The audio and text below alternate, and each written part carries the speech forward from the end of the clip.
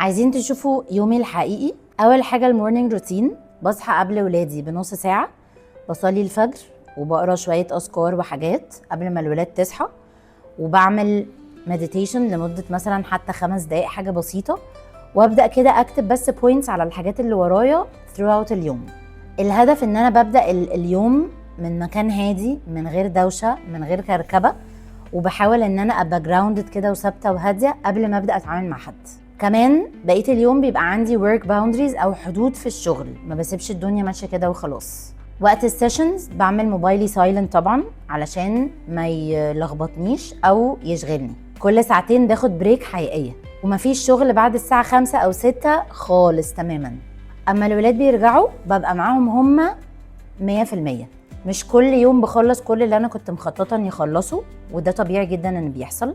الروتين بتاع بالليل بقى ساعه من غير الموبايل خالص، وممكن مثلا اقعد اتفرج على حاجه على التلفزيون، وممكن جوزي يتفرج ساعات معايا.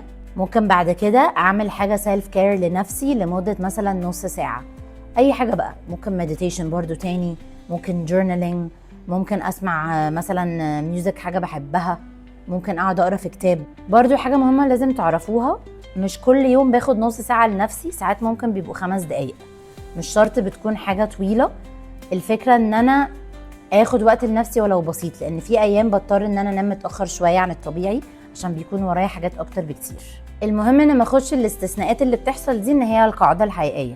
اهم بقى حاجات اتعلمتها ووصلتني ان اعمل الروتين ده حتى لو بيبوظ مني في ايام، بس بحاول التزم بيه، ان الحدود مش انانيه، بالعكس دي حمايه ليا ولاسرتي. المي تايم مش رفاهيه، وحاجه اساسيه لصحتي النفسيه. الاولويات بتاعتي واضحه، وبحاول على قد ما اقدر ان اعمل توازن في يومي، وان مسموح ان انا ما اكونش مثاليه.